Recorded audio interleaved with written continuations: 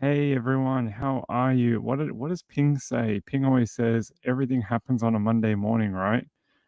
Everything happened today. Like every case we could think of had some sort of news, including some very old ones that look like they hadn't had any movement in 2 months. So we're going to talk about that in a minute.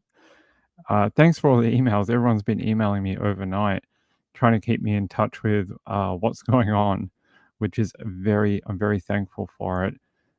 What's the one? Where's DJ here? DJ. The one I'm really interested in is the missing woman in Spain. We're going to talk about that a bit later tonight. Very, very interesting that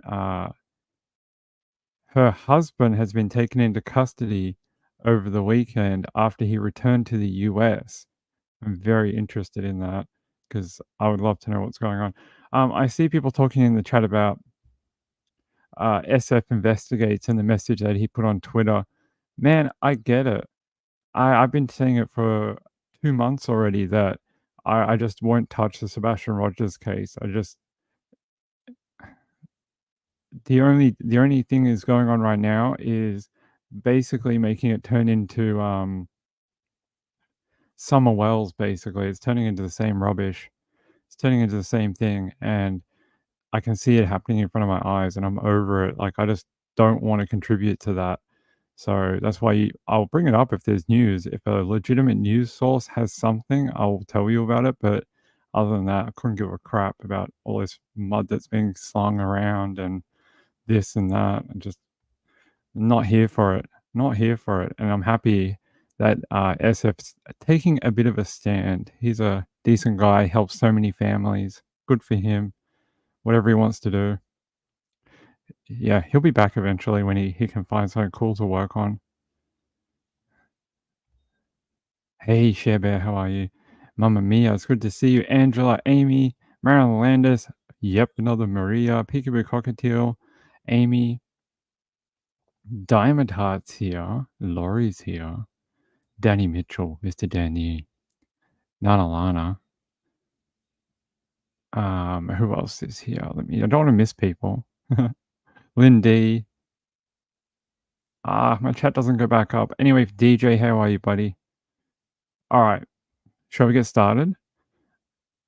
Some good news. We finally got some good news. I like when we get good news rather than here's another woman who is dead in a ditch. Let's give you some good news. They found that little baby, Eleia. They found her, and she has been in hospital just for precautionary measures. It is awesome news. I'm really, really happy about that. They found her. She's not in life-threatening, injuries or anything, which is good news. And they have arrested someone over the murders, potentially, of those two women. That is great news. I'm going to give you the press conference now, and you guys, we won't play all of it. I'll just get you the main details. Once it gets to questioning, I'm just going to turn it off because you can't hear half the people anyway. All right. Thank you to I think it was Emily Narb sent this to me. Emily, thank you so much. Let's fast forward. Let's get where people actually talk.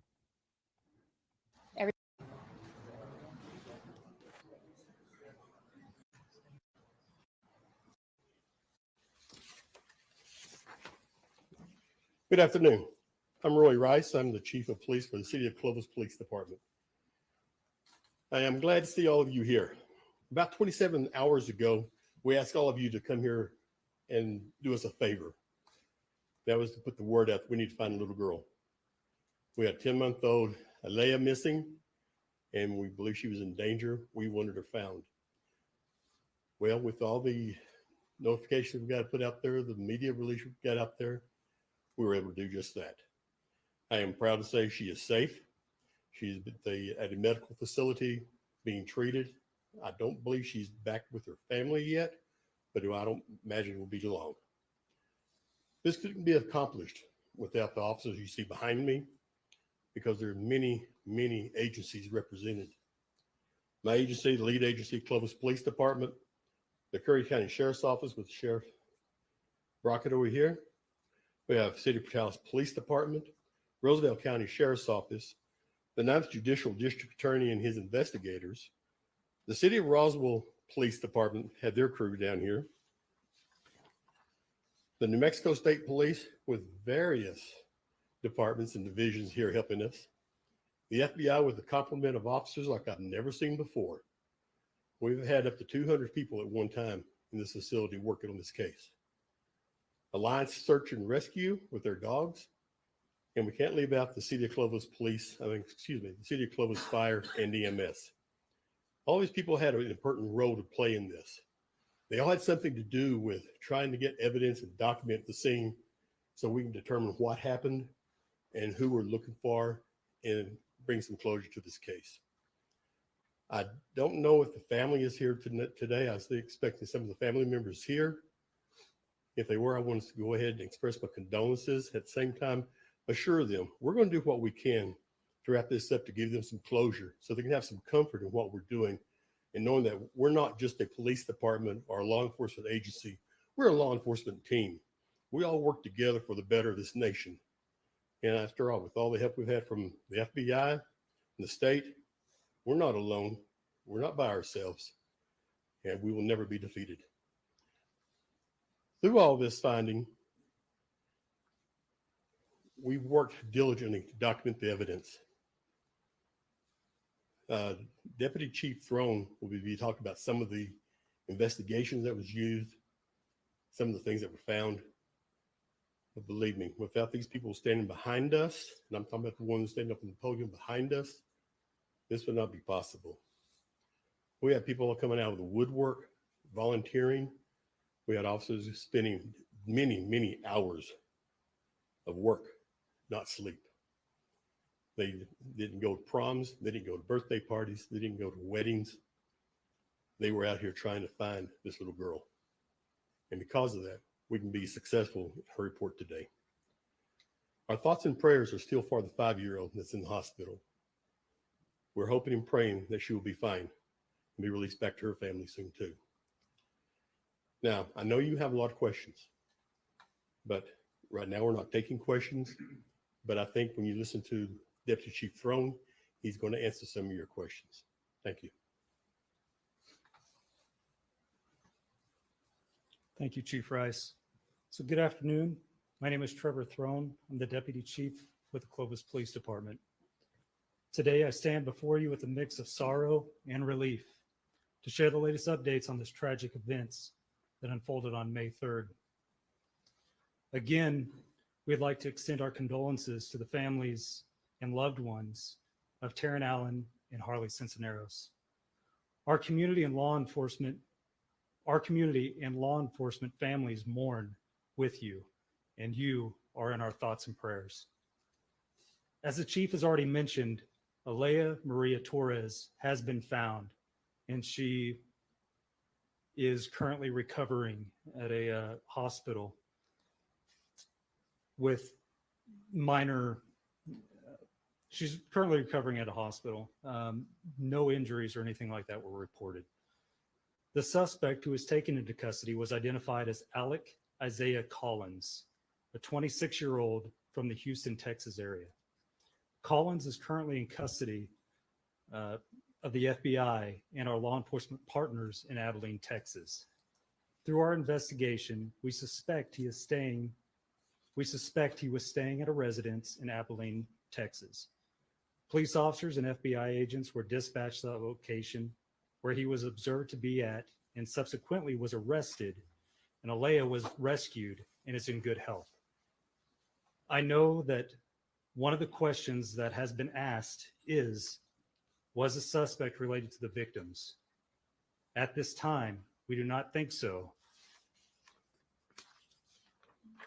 and haven't found any evidence of it, but are still following leads about the suspect and his motive. I have to stop it there because of the photo. That's not the photo I have of his booking photo. The photo I have is here. I'll show you and then I'll jump back. This is a photo I have of him taken into custody. he looks a little different to the photo that was just on the video from the press conference. He doesn't look exactly the same. The giant hair is no longer, and he doesn't have that giant afro. But that's his photo that was released at 6 p.m. today, according to everythinglubbock.com. And they're saying during the news conference, the Clovis Police Department released the identity of the alleged suspect in the investigation. Here it is. This is Alec Collins, was taken into custody Monday. Collins was charged with 2 open counts of murder, 1 count of kidnapping, 2 counts of child abuse. So there you go. They said they will. Okay, yeah. So basically, they found. I'm going to say her name wrong. Eleia. I'm going to say it's Eleia. There you go. You can blame it on my thick Spanish accent. But they found her. She's okay. Taken to a hospital for precautionary, observation. No injuries to report. I think she had some like minor things at 10-month-old who's been missing for 40 hours, probably has dehydration, needs some food, that type of thing, but no serious type injuries, which is good news. I don't know who we're saying we're lucky doesn't have dementia. Oh, Mamma Mia says my mother is in the beginning stages of dementia. I'm sorry to hear that. It's very difficult to deal with. And, you know, having a grandfather who passed over a year ago had multitude of different older people, diseases and stuff. Yeah, it's hard. I get it. It's a horrible thing to deal with. I saw something up here I wanted to address. Where is it? What hockey team does the Australian guy play for? Last night, I put out a message on Twitter. I was really annoyed at the coverage. I was following the coverage about Callum and Jack Robinson, the 2 brothers, and throughout the coverage, I kept hearing, "Oh, Callum and Jack Robinson. Oh, and they had this guy, this American. Oh, yeah, he's dead too. They found him in the well too, but don't worry about him. Well, let's just talk about Callum and Jake." And I was like, "That's really rude. Like, he has a life, he has a family, he has a name. He was their mate. We treat our friends better than that. We don't just be like, oh, he's American. Don't worry about him." I just found it very rude. Just, he was with them. Obviously, they're mates. Treat them as a triple pair. Like, treat them as the same. They were together. They deserve the same amount of respect. And anyway, I put out a message on social media just venting. And actually, one of their friends got back to me and was saying, here, Carter, the American, was getting married this August to a wonderful person. He was a joy to be around, always happy, always fun, always surrounded by equally great people. That person said that they got to know them about 3 years ago and that their family is devastated. So there you go. Um, yeah, so I just wanted to let you guys know that I heard from at least one of their friends and that, obviously they're all devastated. It's a horrible situation. I'm not sure what team he played for, but there are photos of him with the uniform on. Maybe you guys know what university it is. I don't follow lacrosse to know. I saw in one of them he was playing in the Padres stadium. I don't know if that means anything. Let me try and find it for you if you guys want to have a look at it. Where is the one in his lacrosse? Hold on.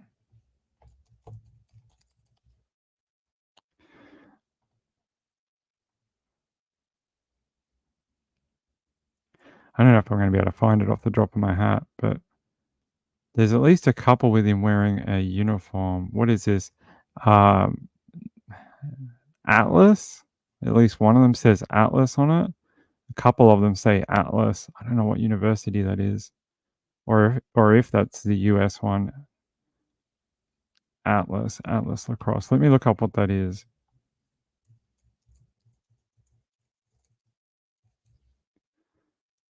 What New York? Really? Okay.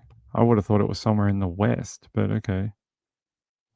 So he played for Premier Lacrosse League, or at least at one point he did. And that looks like the same uniform. So this is one of the teams that he is pictured wearing, the New York Atlas for lacrosse. You see this bull logo and you know, the colors are blue. So this is definitely one of the ones that I've seen him wear. I don't know if that helps you. No idea.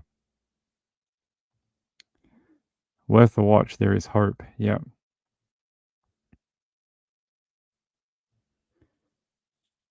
All right. Let's keep going. Hey, that's really great news about the 10-month-old, but it's still bad news. She's still going to miss her mum. Her mum's gone. Shot and killed by this guy here that you can see on the screen here. Shot and killed by this guy. The other lady too. Her children not going to have a mum, and that's destroyed two families in one afternoon, if not more than two families. Horrible, really is. Um, I, I don't know what to say. It's not. I mean, it's a great day to get the baby back, and the fact that she's alive, great news. But at the same time, it's still a very sad day because that child has to go home to not her mum. So it's a resolution. That's what I'm going to call it. It's a resolution. At least someone dangerous is off the streets and has been charged with 2 open counts of murder. Someone asked about a motive. I don't have one. I don't think I've seen one posted as of yet either. I don't know if it was random. I know in that press conference they said, were they related? And they said no. So who knows what this is all about? I don't know if this is some sort of carjacking that went wrong. I don't know because he had a vehicle. He obviously had a vehicle because he left. He left the scene of the crime. I don't know. Maybe we'll find out more as he progresses through the court system. But right now, I don't think I have any information on it. Not into lacrosse. I've never watched a lacrosse game in my life. I know what it is. I played it when I was younger, but I don't know anything about college or pro level of the sport. I have no idea. Hey, how are you, Marjorie? Good to see you. Hey, I hope all my friends in Oklahoma, Kansas, all those places that I've been posting about over the last 24 hours are okay. Um, a lot of people came out and were like, oh man, it's a bust. There's no tornadoes. Look, it's like 5 o'clock and there's no storms. This was always going to be a late day. The progression radar or the future radar said it was mostly going to be 6 p.m. onwards Central Time throughout the night. It was going to be a later day. There's already like, I think 4 or 5. I can't see the channels in an ad break right now, but I've got the weather channel playing in a corner over here while I'm streaming with you guys. Uh, Before they had 4 or 5 tornado warnings. So it's starting to pick up. If you're up in Oklahoma, especially, and southeast Kansas, it's getting there. It'll probably be a late threat tonight. So please stay safe out there. I know there's a bunch of storm chasers out there. I've seen a bunch of people I know out there under these thunderstorms before. Actually, I might be able to show you something. Hold on. Before we jump into the next story, I might be able to show you this. Just before I jumped on the air here, I was watching the Weather Channel and they just got in front of one of the storms in Oklahoma. Here. This was one of the last views I saw before I had to jump on live. It's Brandon Clement from Live Storm Media, LSM. Yeah, there you go. Pretty cool. Pretty awesome chunky storm. This was tornado warning storm. As you can see in the bottom corner, they had active tornado warnings 4 at the time. I think that jumped to 5 after I jumped on the air, but there you go. So be safe out there. Be safe. Maryland says not ever moving into a tornado prone area. Yeah. In Missouri, I think Missouri has some sort of threat tonight, but I don't want to give you the wrong advice. I think it's very slight. I think it's enhanced risk in Missouri. I don't think you're under the pump. I think you guys will be more in the early hours of the morning, possibly. I'd have to have a look at the radar, which I can't see right now. Doesn't look like there's too much over there now. Although apparently in Tennessee today there was a tornado. Random tornado just popped up in Tennessee. I was hoping that our friend from Tennessee was going to be here. I was going to ask her about it if she knew that there was a tornado that just it randomly touched down in Tennessee today.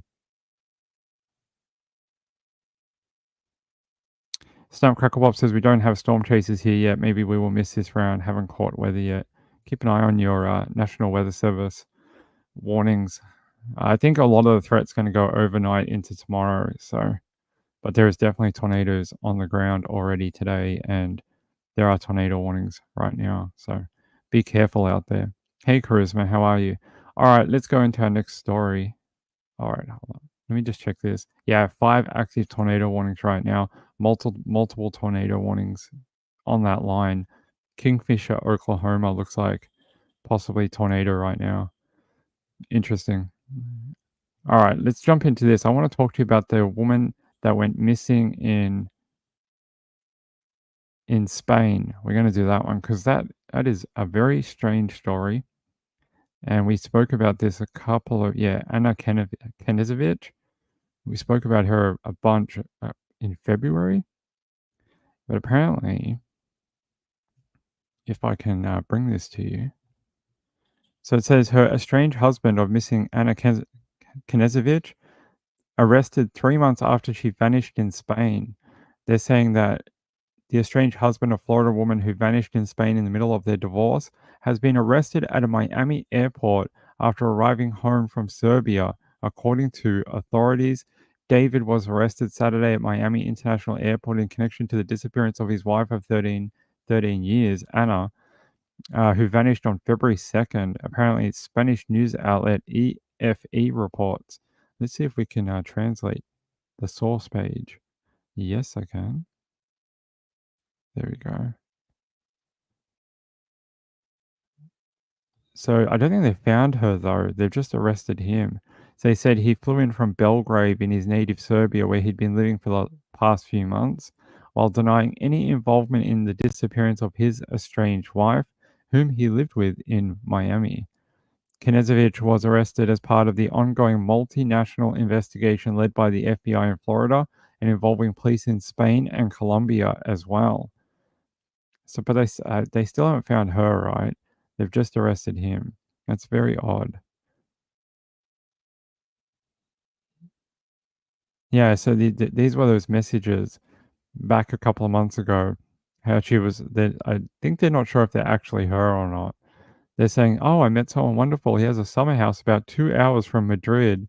We are going there now, and I'll spend a few days there. Signal is spotty. I'll call you when I get back."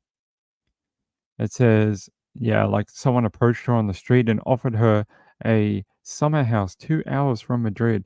I don't know any woman that would do that in a foreign country. I think most women would have their guard up pretty high. I don't think they're just looking for love in the middle of a Spanish park. I mean, maybe.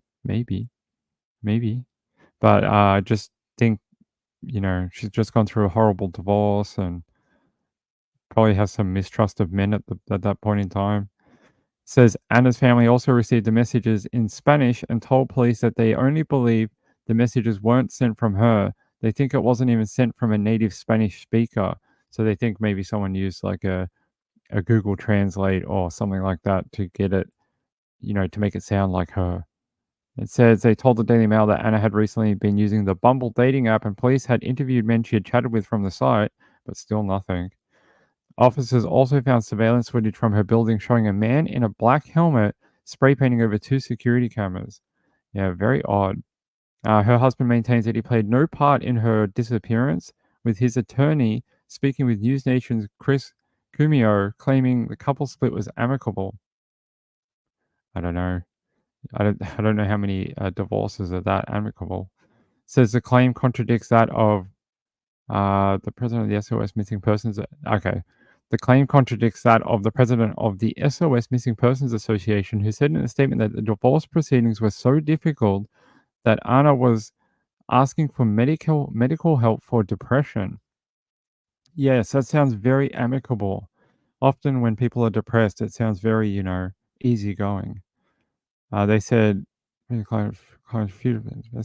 okay, they're saying that David refused to fly to Spain to help with the investigation, claiming that he would be no use to the investigation because he doesn't speak Spanish. Okay. I'm pretty sure there are people who speak English in Spain.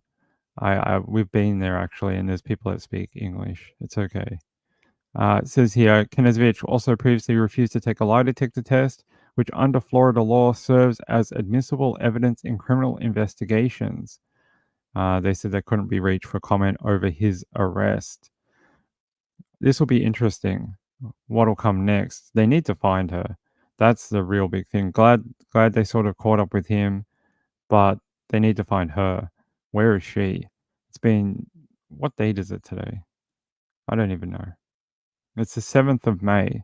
She went missing in February. It's ages ago. It's 3 months ago. And still don't have any clearer idea of where she is.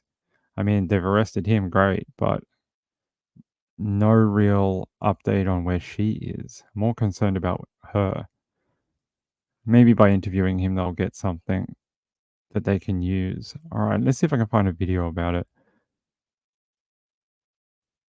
Maybe this one. Let's have a look. Yes.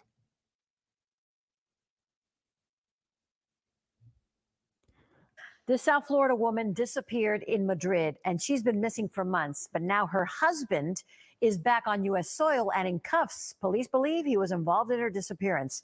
NBC6's reporter Marissa Bagg is live from Broward County Jail, where he was initially booked. Well, Jackie, I spoke with a very close friend of the woman who is missing. She says she's been worried for months, but she's relieved today to hear that an arrest has been made in this case, and she hopes that it leads to answers about what happened to her dear friend. Nearly 3 months to the day that Ana Maria Knežević disappeared from Madrid, the FBI took her estranged husband into custody on one charge of kidnapping. U.S. Marshals arrested 36-year-old David Knežević at Miami International Airport Saturday.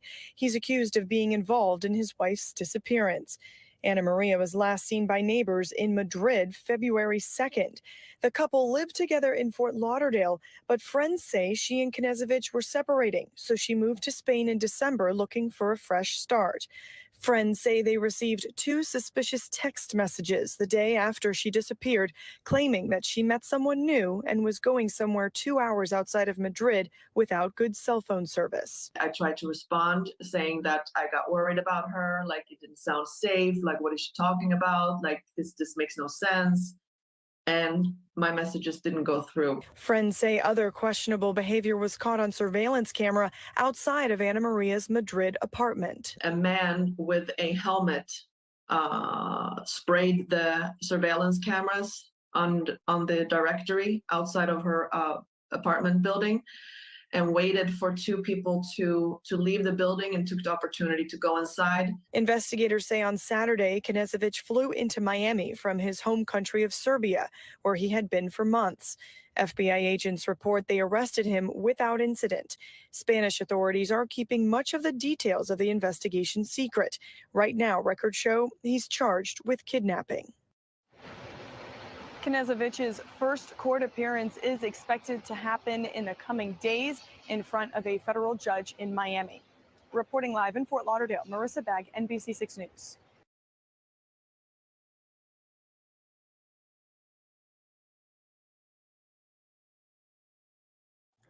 I hate that. It freezes me out after the video. Hold on, let me try and fix it. But that is very interesting. We'll see what happens. Did he go to court this morning? Let's have a look.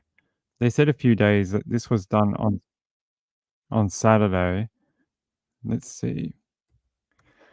Let's see if we can find out about him. Should have gone to court. Let's see. 4 hours ago. Yeah, he appeared in federal court this morning. Florida man whose wife went missing in Spain is charged with her disappearance. David appeared in Miami federal court Monday on charges related to the February 2nd disappearance of his estranged 40-year-old wife, Anna. So let's see what it says. Anything interesting? FBI and federal agents arrested him at Miami International Airport on Saturday. He's been charged in connection with the February 2nd disappearance of his, estranged wife. What happened in court today? Piss off. Tell us what happened in court.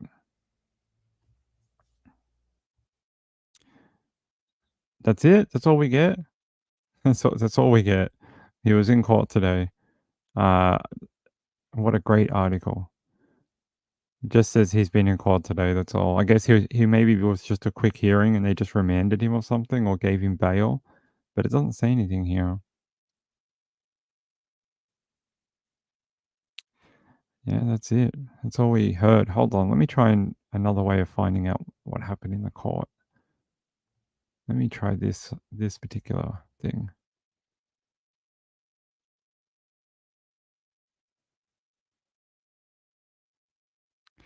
So they said they're waiting on more details. That's it. Maybe they're waiting on documents to be released by the court. Oh, okay, here. He appeared briefly in Miami federal court on Monday. We'll have a bond hearing on Friday. So on Friday, we should hear arguments of why or why not he should either be given bond or held without a bond. So that we might get a bit more information on. Well, obviously, he's a flight risk. He flew from Florida to Spain to Serbia. Wouldn't go back to Spain to help look for his wife, ex-wife, whatever you want to call it. And then he finally made it back to America like 2 months later. They're going to allege that he's a flight risk and saying that he's shown a propensity to travel to different countries when things become difficult. And hopefully they will succeed in that argument and he won't get any bond. We'll find out on Friday.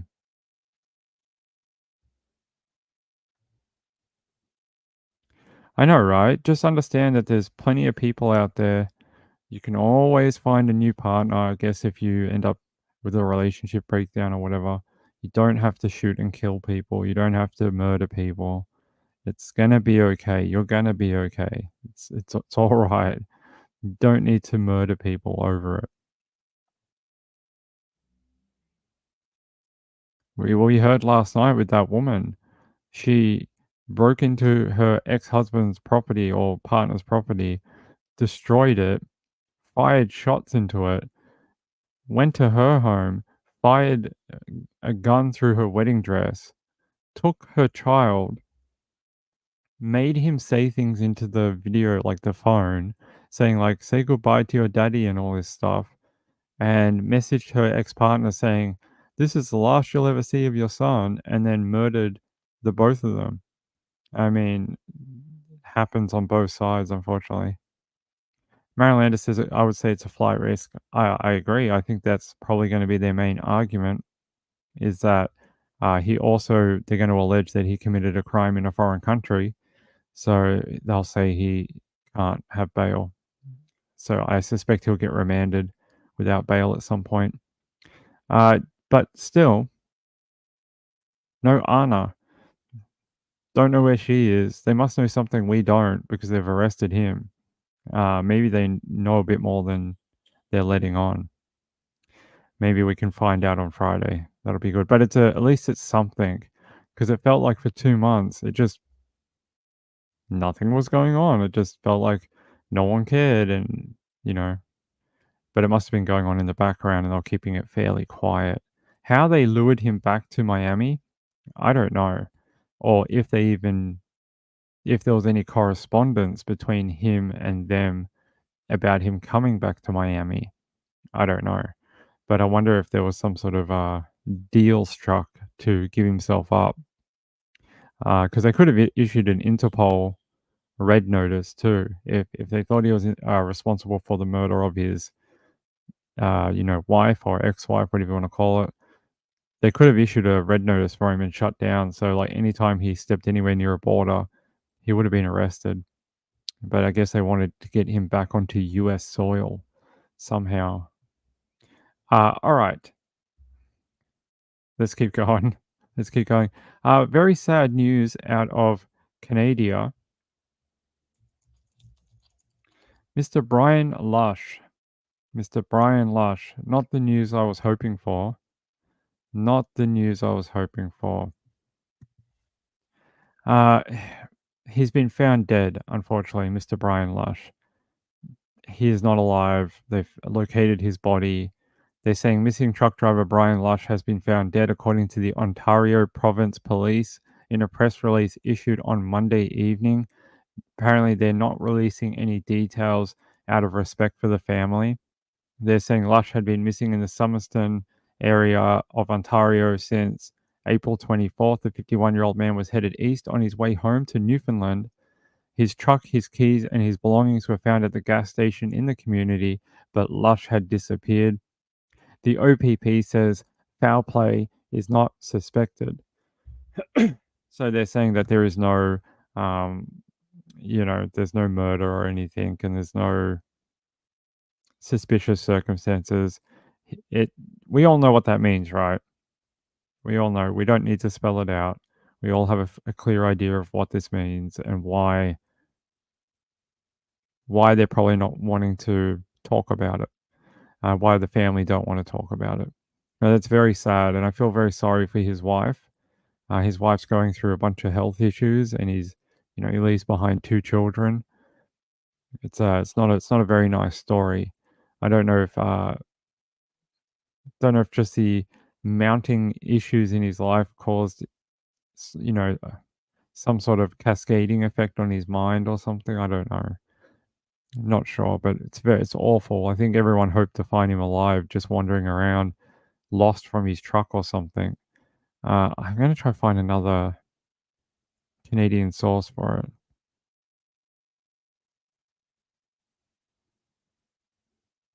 So this is the message that they put out from the OPP East region. If I can put it up here. The 51-year-old man reported missing in the Summertown area has been located deceased. Search began 24th of April 2024. Foul play is not suspected. No other details will be released. We encourage the media and public to respect the family's privacy. Yeah, not the result anyone wanted about this one. Well, I was wondering, yeah. Starts with an S, that's right. Yeah, he wanted to stay home with his wife, but I thought he still had a job to do, but on further reading, it sounded like he was on his way home, that he'd almost completed what he had to get done, and that he was actually on the back end of his trip, and he was on the way back. So I don't know. Whatever it is, it's very sad. Yeah, right. Gambler said when his children said that the hat he never took off was left in his truck, I thought something may be up, like what turned out happening. Yeah. Yeah. Sounds like I don't know. Maybe he just was struggling dealing with his wife's diagnosis or something, which we can all relate to, right? Very sad. Sorry for the Lush family. It's like,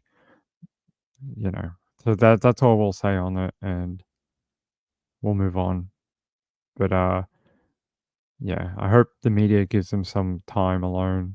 It can't be easy news to have to get, especially when I think a lot of people were hoping, like I said, that he was just wandering around on the interstate or something for 2 weeks, and they're like, "Hey, why'd you walk away from your truck? Let's take you home." But that's not what ended up happening. So, all right. I don't know what's Trish got on tonight. Did anyone have a look? What's she doing tonight? I haven't even looked yet. Let's see what else we got on my list. Actually, I got a good one for you. Did anyone see the video today of the mother bear dropping her cub from the bridge into the water, and then she had to go down into the water and grab the baby? She dropped it into the water a second time, but she finally got it. Poor baby bear dropped 20 feet into the water. All right. Let me get my links for you. Uh-huh. We got a couple for you.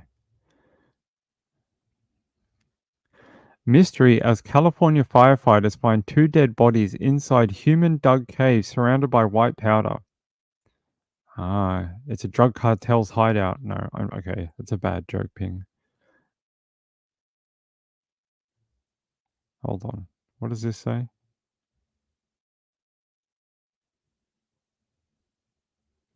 I didn't even know. I didn't even know she was due. Totally forgot that Erin Patterson was due back in court this morning. Patterson officially pleaded not guilty to murdering her in-laws and attempting to murder her estranged husband during a hearing before the Latrobe Valley Magistrates Court on Tuesday. The shock plea means Patterson will now go directly before the Supreme Court of Victoria, where a jury will decide her fate. We're heading to the Supreme Court.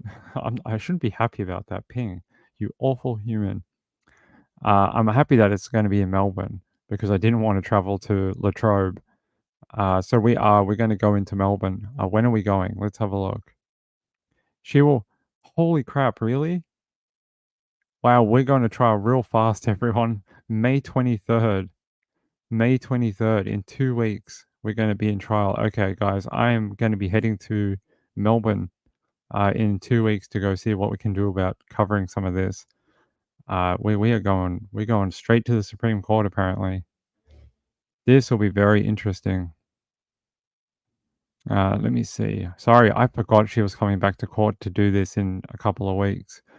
Says here, she appeared relaxed before entering her plea, chatting to her prison staffer about the number of reporters also on the video link. No duh. What, do you think people have been covering this for a year? Says it had been anticipated Patterson would run a 3-week preliminary hearing before her likely committal to a Supreme Court. Preliminary hearings are often run by accused killers in an effort to allow their legal teams to test evidence before put to a jury. It's understood her ex-husband was likely to be among the witnesses called at that hearing. In another development, the court heard Patterson is accused of attempting to murder Mr. Patterson on at least 3 separate occasions. Geez. In addition to the alleged attempted murder at the deadly lunch, which he pulled out of at the last minute, Patterson is accused of trying to kill her ex-husband at... I can't even pronounce this. Hold on, let me find out how you pronounce this before I sound dumb. Hold on.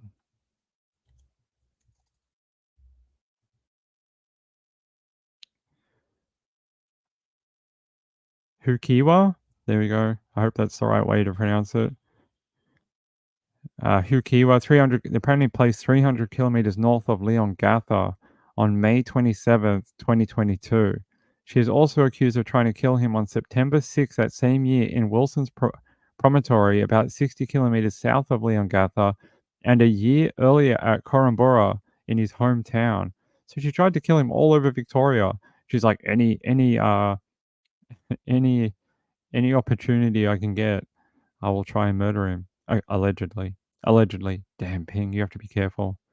Last month, the court heard Patterson had been determined to run a preliminary hearing at the Morwell Magistrates Court, despite it being unable to be accommodated until next year. Magistrate Walsh told Patterson's barrister, Colin Mandy, SC, that he could not accommodate the preliminary hearing this year as the court was fully booked out. Yeah, they were talking like it was going to be 15 months if she wanted to have it done locally. But now we're going to trial in 2 weeks. That is fast. I wonder if they think if they go fast, they might catch the prosecution off guard. We'll see what happens.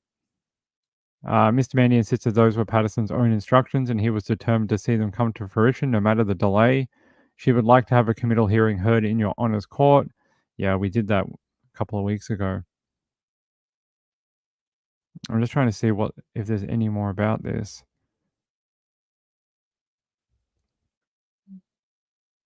All right, hold on, guys. I'm going to try find another source for this.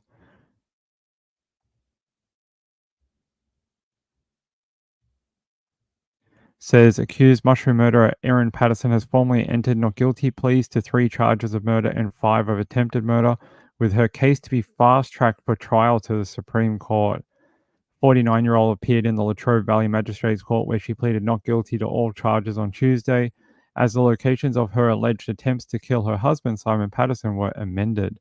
They were the places I just told you about. She appeared via video link from the protective unit of Dame Phyllis Frost Center, wearing red glasses and a blue prison jumper with her hair pulled back. Her hands were placed on top of one another as she calmly entered her pleas. God, I can't read. I'm so trying to catch up on all this. Miss Patterson responded, "Not guilty, Your Honor," when Magistrate Tim Walsh asked how she pleaded to all charges against her. Here's a sketch. I think this is the old one, right? That was from a couple of weeks ago.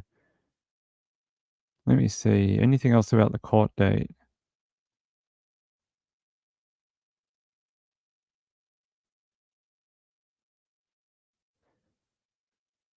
Yeah, they said that it's no longer going to be an issue about the no court date until 2025, as her lawyers will now be preparing her case for trial in front of a jury. So we're going jury trial in Supreme Court of Victoria. This is going to be interesting. Okay, I'm heading into Melbourne then. This is going to be very, very... Hey, buddy, what's wrong? Mr. Muffin is here. Hold on, guys.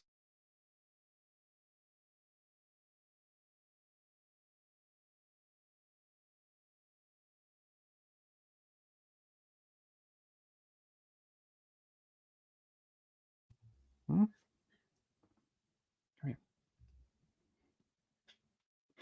There you go. That's all you get. He's not a very lap cat. He's like, let me down. I don't like to be on your lap.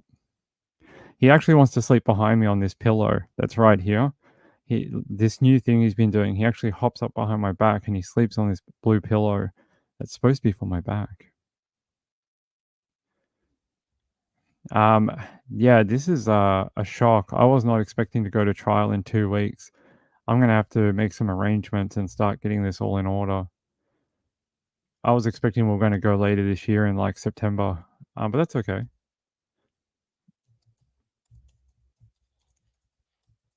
It's a lot better going into Melbourne than going into Leongatha or something. Not Leongatha, just going out into the rural area. It's really annoying to get to. It's about 2 hours away from here, and the city's only about 40 minutes from here. I can get on the train and get down there every day. It's not hard. So yeah, he's got my back. That's right. So yeah, we're definitely heading into trial. I'll be there, and we'll cover it from. I'm going to show you guys what the Victorian court looks like, and I don't know if I'm going to be allowed in. I asked them like last year if that would be allowed. They didn't say. They just said, "Oh, we don't know at this time. There's no court date set. You can contact us when there's a court date set."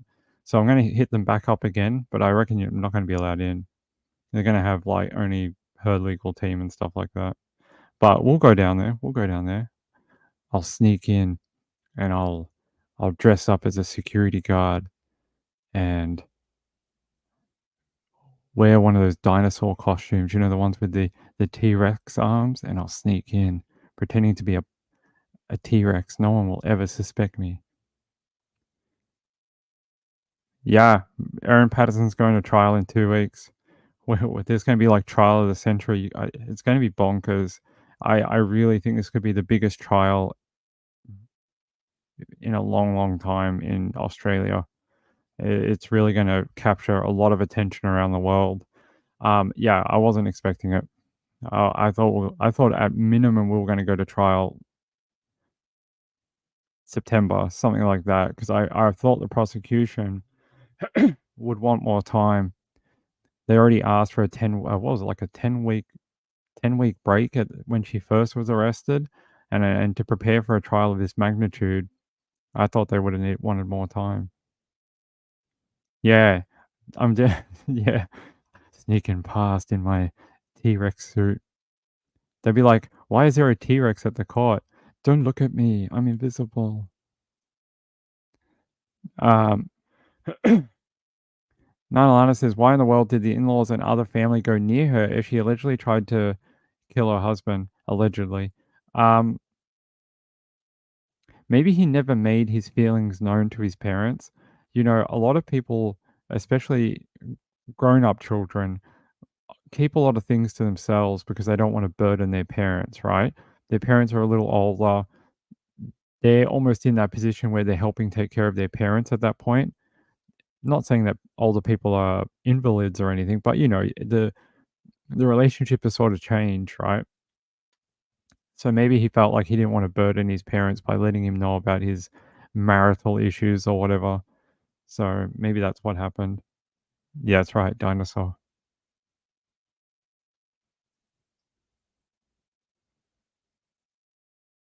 Moonshadow said one son today, he quit college, only 4 hours left for degree. It's disappointing. I could see why that's upsetting, Moonshadow. Is I mean, it's you could just gotta roll with it, right? It's his choice, I guess. It's a shame. What was the 4 hours for? Was it 1 unit or something or a test? Could he complete it before the summer break and get graduation? Is it final? Like, is it just like, has he already told his department and all that he doesn't wanna continue? Maybe he will cool off over the week and rethink it. It's a shame. It's a be a good thing to have. I mean, I know that I wish I did a lot of my schooling when I was, a bit younger. I did mine when I was in my 30s. Nonalina says, "Yes, you become protective," right, and maybe he just didn't wanna bother them, so oh, no. Moonshadow's had a hard day. Other son today wrecked car today. It's alright. Hey, you can't always have the best weeks. You gotta sometimes have crap weeks to have good weeks, right? It's alright. You'll get there. Be alright. Hey, cars are replaceable.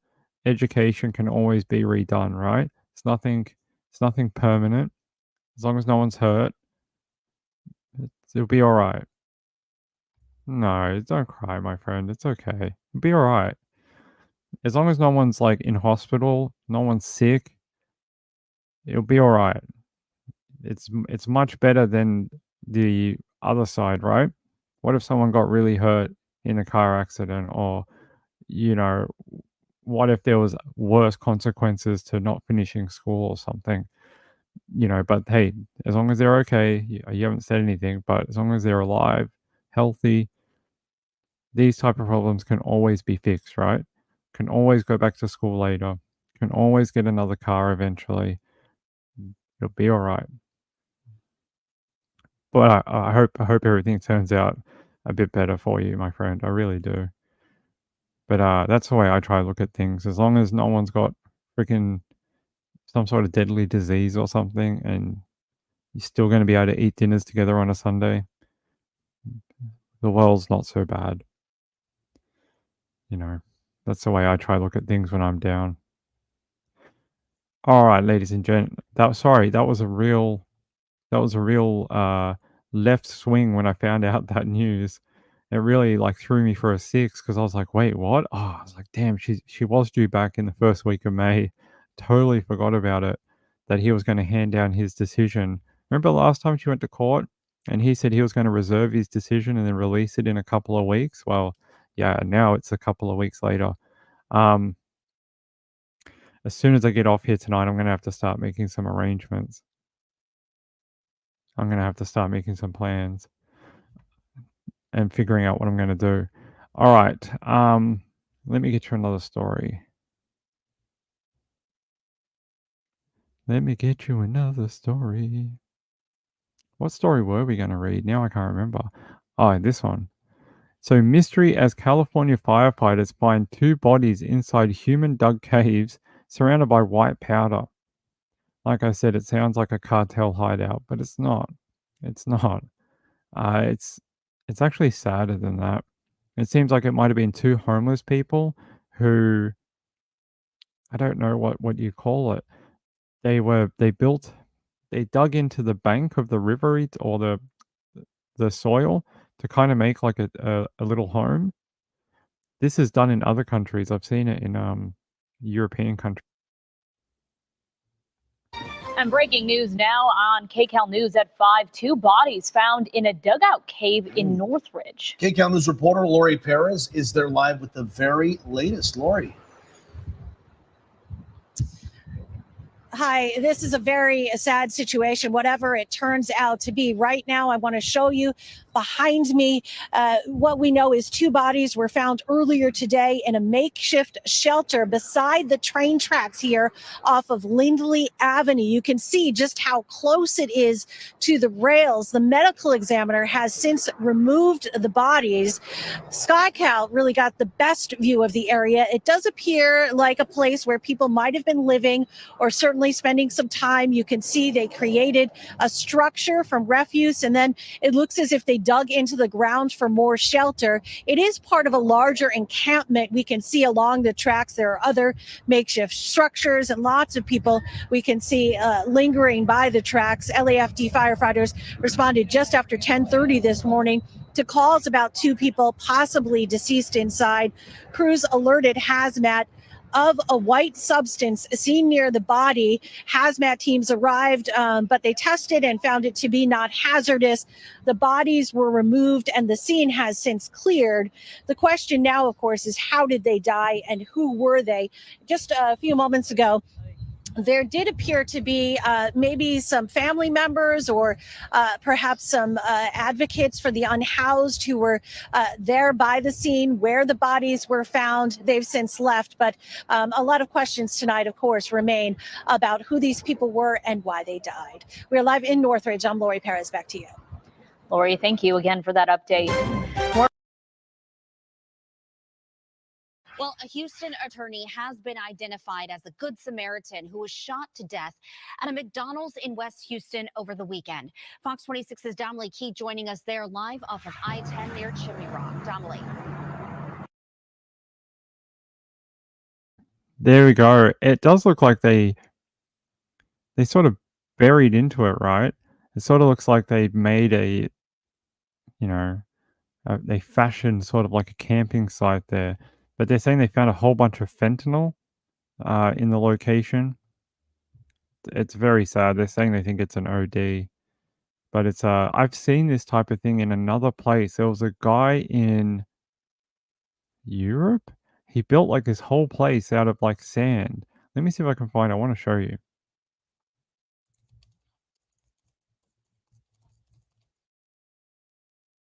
Yeah, here I can show you here from he built this entire place, if I can find it for you. I think they ended up knocking it down. I can't. He's from Israel. Here. He built this entire place in the sand, he dug into the sand and then he built around it. He spent like 20 years doing it. He even connected his own water and electricity to the property.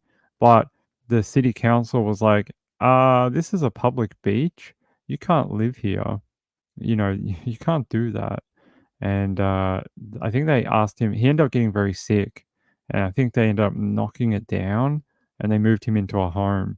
But he fought it for like 20 years trying to keep the property.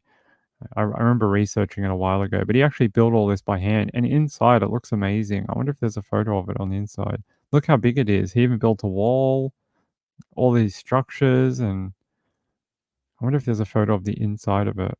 See, he lives inside. It's got like walls and painted rooms, and he does artistic type stuff in there.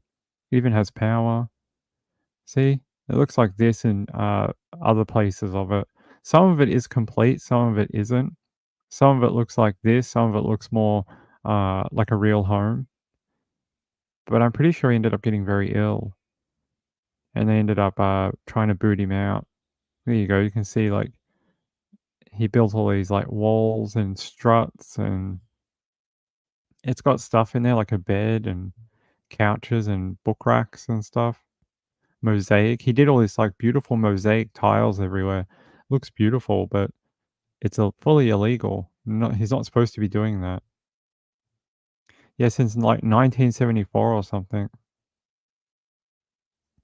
Daybell trial. Okay, have fun with that. I'm not interested in doing the Daybell trial. California living, yeah, that's what you get. It's $1,000 a week, and you have to have your first and last up front and an 800-point credit check if you want that place those people died in.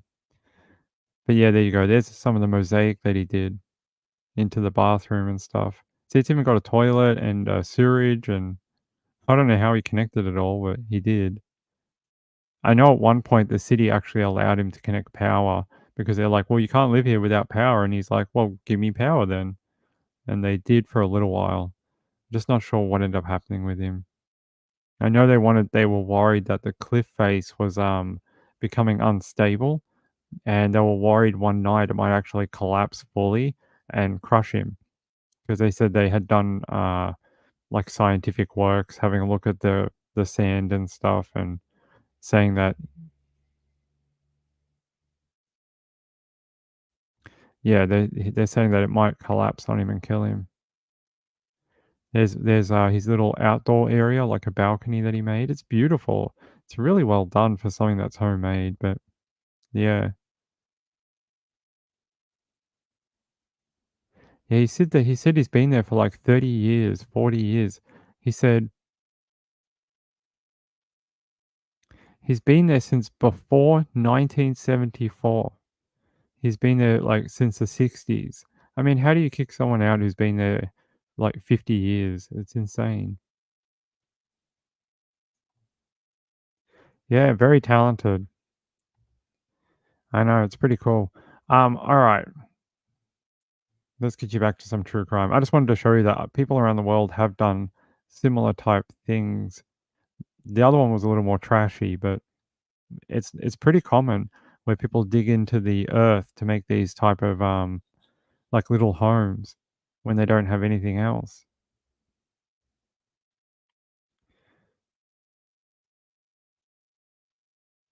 Okay.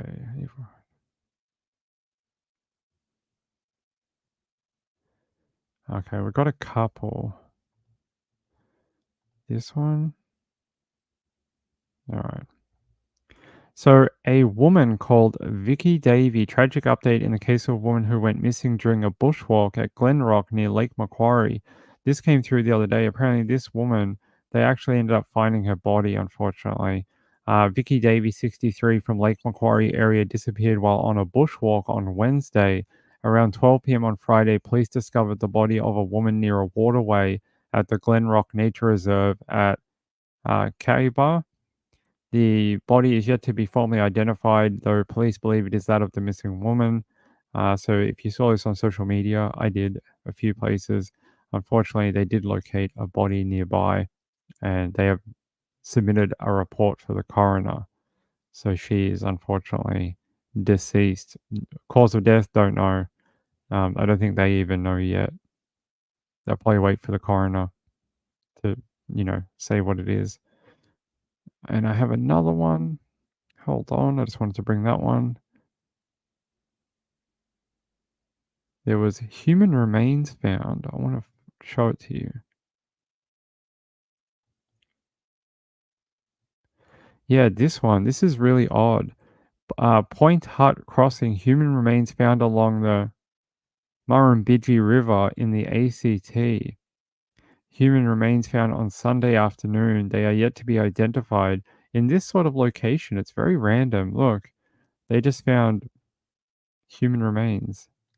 They said human remains have been discovered by a river crossing in the ACT. The ACT is the Australian Capital Territory.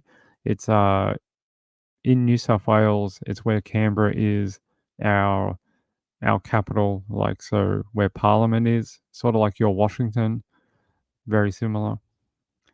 They said the remains were discovered on Sunday afternoon near the northern end of Point Hut Crossing on the Murrumbidgee River, about 30 minutes drive from Canberra. Police attended an area near the northern end of the Point Hunt crossing following a call from a member of the public. So you can kind of see this is Canberra. This is where our politicians are. That's all everyone ever says. Hey, where's Canberra? Oh, it's where the politicians are. Yeah, so if you don't, it's just the easiest way to explain it. But it's actually a city. It's like a proper city. People live there. There's stuff there. Sort of like Washington. And here's the Point Hut crossing down here. They haven't said if it's male or female, have they? Nope. ACT police told Daily Mail Australia the remains have not been identified at this point. Anyone with information that could assist police is urged to call Crime Stoppers on 1-800 333 000. But really no details whether there was, was it a male? Was it a female? Was there any clothing? What kind of remains? Was it bones? Was it someone who recently died? Not a lot of information. Very odd. Let me see if there's any update for it. No. Not really. Let me see. A community member reported the discovery to police who attended the scene near the northern end of the crossing. The identity of the remains has not been confirmed. And that's it. That's all there is. But you can see it's a pretty rural looking area around this river. Someone died of exposure or was on a bushwalk and didn't survive. I don't know. Another body, right. When do we get to the pet crimes? I don't know if we're doing any pet crimes tonight. Oh, wow. So I just got an update. Since I was looking before, there's now 8 tornado warnings across Oklahoma and Kansas and a bunch of other places. Be safe out there, people. Be safe. When do we do pet crimes? You guys, what time is it? Hold on. I don't have my phone. Okay. I mean, I guess if you guys want to do another one, we normally only do them on Sunday night. The only reason we did a few last week is because I missed every week before then.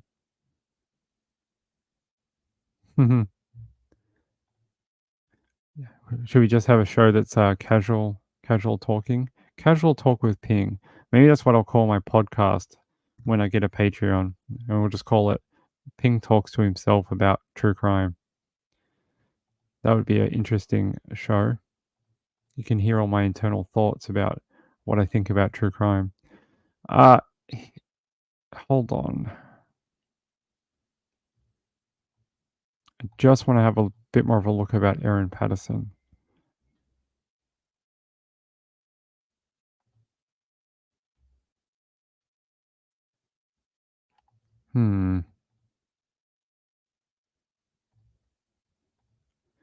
Might have to wait till when we get back. I'm just trying to see if there's any.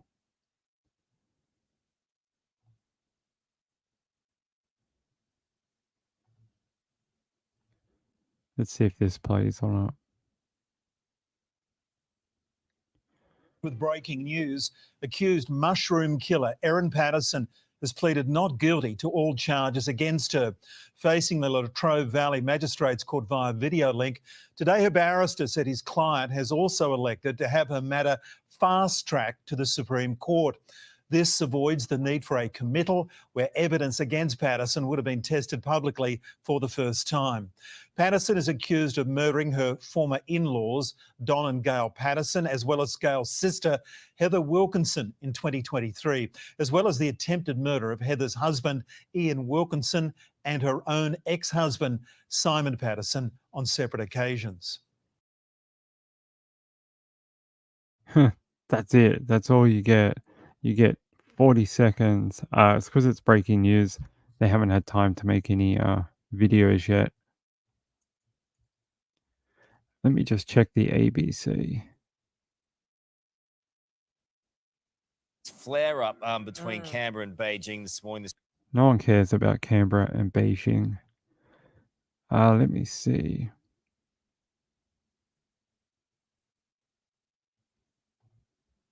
Seeing if ABC did anything. No, that's okay. It might be by the time we get back for the late show, there might be a bunch of updates for it. No mushrooms added? That'd be a weird pecan pie if you added mushrooms. Shock says I look at mushrooms differently now. Me too. Me too. What Ping thinks about crime. No, I mean my internal thoughts about true crime as in general, like different cases, not crime as general. Yes, my internal thoughts about crime in general. Maybe she did. Maybe she also killed the mushrooms. Are you implying that she didn't? I mean, we can't do that here. We have to keep unbiased. Maybe it was a voluntary killing of the mushrooms. Maybe it was euthanasia. How would you know, gambler? How would you know about what the mushrooms wanted or didn't want? I don't know. I don't know. Maybe she did. We'll find out when she goes to court. Yeah, all mushroom lives matter. That's right. Okay, all right. No more funny. Let me see what else I got for you. I know someone sent me something else. Hold on. No. No.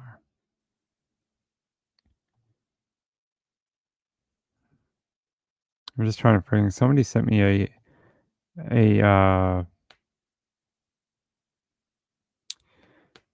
someone sent me a story and now I can't find it.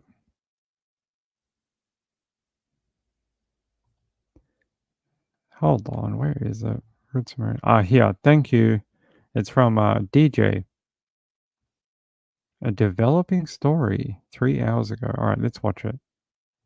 A Houston attorney has been identified as the Good Samaritan who was shot to death at a McDonald's in West Houston over the weekend. Fox 26's Domly Key joining us there live off of I-10 near Chimney Rock. Domly. Yeah, Houston lawyer Jeff Limmer was said to stand up for what's right. And that's exactly what Houston police investigators say Limmer was doing here at this McDonald's on Saturday when we're told an angry fellow McDonald's customer took Limmer's life. It was an awful murder scene here at McDonald's on the Katy Freeway that Greg Monteverde actually drove right by, but he had no idea the victim was his longtime friend, Jeffrey Limmer, who he's known since they were 9 years old. It's a gut punch. It's a deep gut punch. I think I know a lot of us are still in shock. Monteverde and Limmer played football together at Memorial High School. In fact, they were again talking about football the last time they spoke. He was very proud of his cousin who just got drafted by the Rams.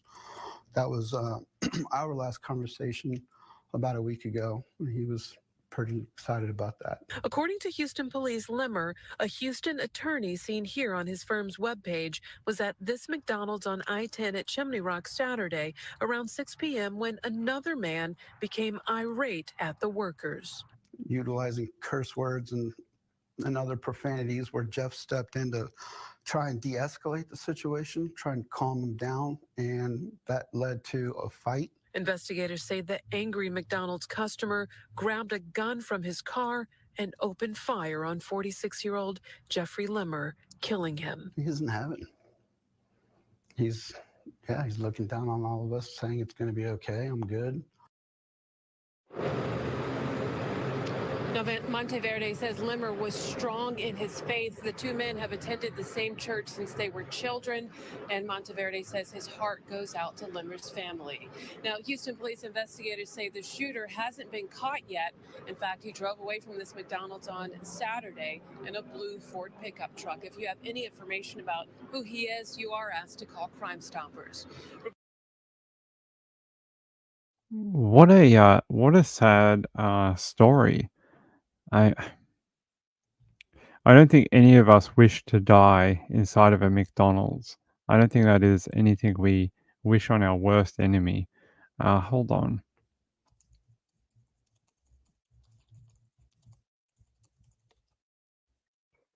Let me see if I can find more about it.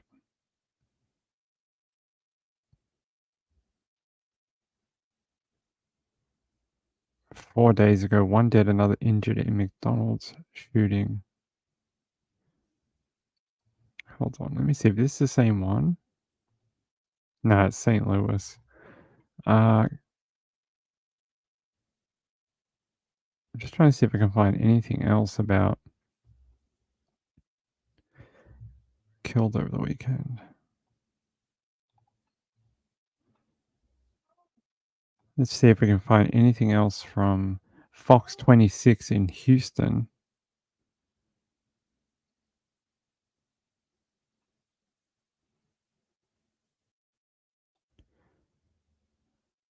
What is this, actually? Apparently, Houston shooting. Stepson shoots, kills stepdad after argument. We don't have a lot of time left, but I want to look at this one before we go. Harris County Sheriff's Office is investigating a fatal shooting that occurred in the 12,000 block of Meadowview Drive. Sheriff Ed Gonzalez, we know him, 47-year-old Sean Leonard Williams, and his stepson, 24-year-old Lazarus Richard Williams, got into an argument at a neighbor's crawfish boil that later turned physical at home. Yes, I like to fight over crawfish too. They're very tasty. During the physical altercation, Sean grabbed an airsoft gun and pointed it at Lazarus. At that point, Lazarus grabbed a real gun and shot and killed him. Oh my god. That does not seem like a equal response to an airsoft gun. Let's see.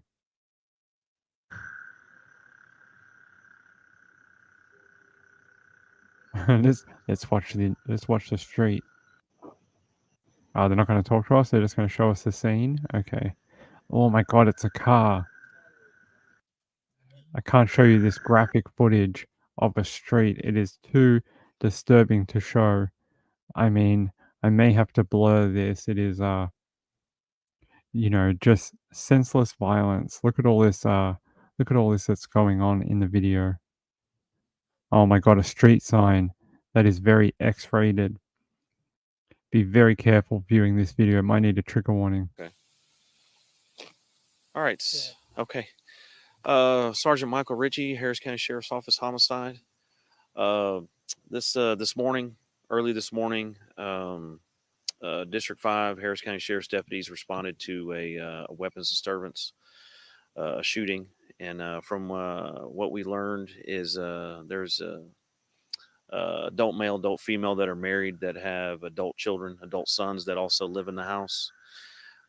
This evening, or Sorry, how did he describe that? He's just like, there's adult people that have adult sons that have adult friends that, they often have adult people. You can just say there was a husband and wife that had adult kids. It's a quicker way of saying it, buddy.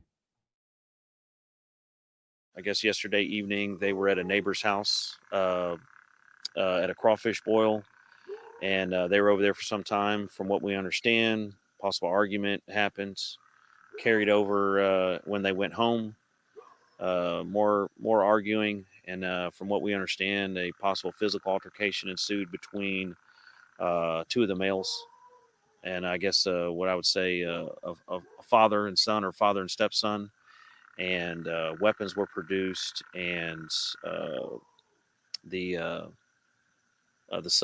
stepson shot the father, and the father died from that gunshot wound. Is he in custody? He's not in custody right now. We're investigating it. I mean, he didn't flee from the scene. No, he did not. He did not flee from the scene. Everyone here has been cooperative. No one left the scene, and I believe our shooter is the one that actually called 911 and has cooperated and is speaking with investigators. So this is definitely going to be reviewed. Possibly will be a grand jury referral. That's odd, right? They didn't arrest the son. Can they claim self-defense from an airsoft gun? It's an airsoft gun. What does that do? It's just air-powered, right? Has a gas tank. I'm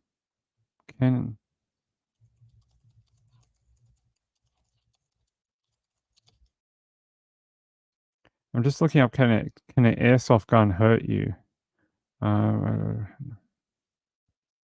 So apparently no. It can't kill you. It can give you some injuries, like if you shoot it in your eye, but it can't murder you or murder someone. It can take out an eye or pop an eardrum, but it can't really. So they said it's going to be a grand jury referral.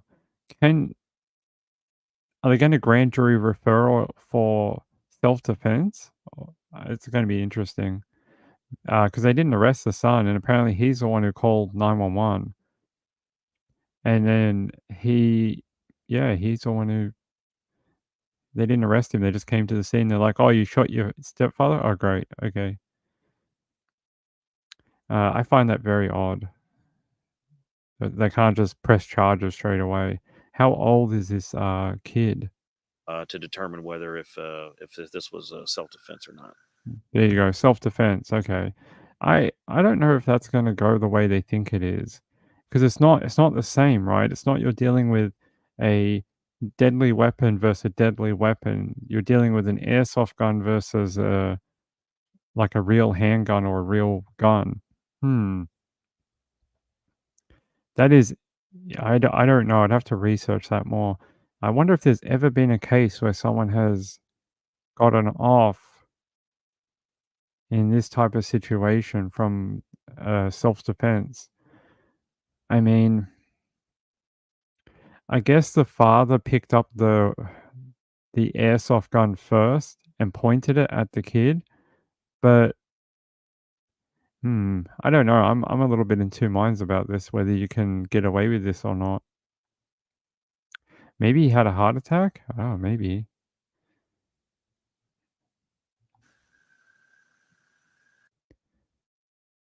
It says here a fatal shooting, so it was a shooting. He didn't get shot and then have a heart attack.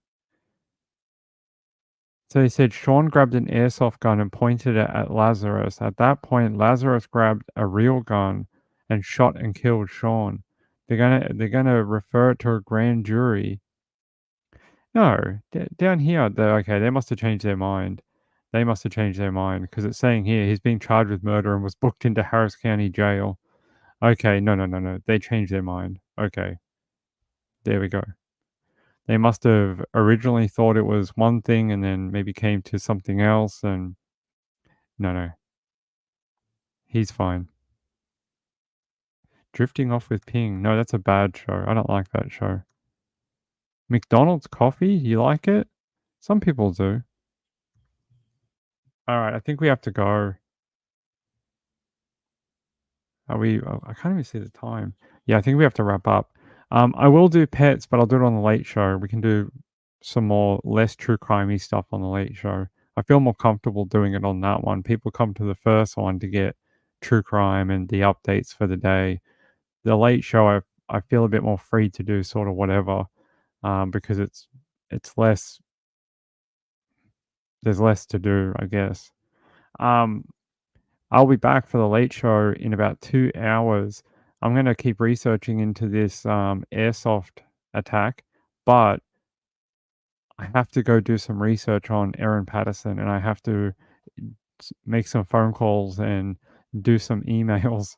I have to sort a few things out very quickly. Arabica beans. Okay. Hey, look, I love you all. You guys are all amazing. Yeah, so they're doing something on sniffer dogs or something. Sniffer dogs, I think. Hey, we'll be back in about 2 hours. Please join me then. I would appreciate it. Right now, we're in a run. We're in a run to try to get to 1,000 subscribers. If you're out there, you're listening, and you haven't subscribed, please subscribe. That little button should be flashing right now. It should go like that. Please click it and subscribe. And hey, I love you all. We'll be back in about 2 hours for the late show. Let me just check one thing. Hey, Sean, thank you very much for your donation today. I am going to need it. If we're going to head out into the Supreme Court in a couple of weeks, I am going to need it. Thank you very much. That helps a lot. It's going to be maybe an expensive exercise to go to the Supreme Court. Well, I don't even know if I have to stay in Melbourne or I got to go figure this out. So, hey, I'll be back in a couple of hours. Go hang out with Trish. She's going to have a great show. She probably is very mad right now. She's like, Ping, get off the freaking air so I can start my show. All right, I'm going to go. Bye.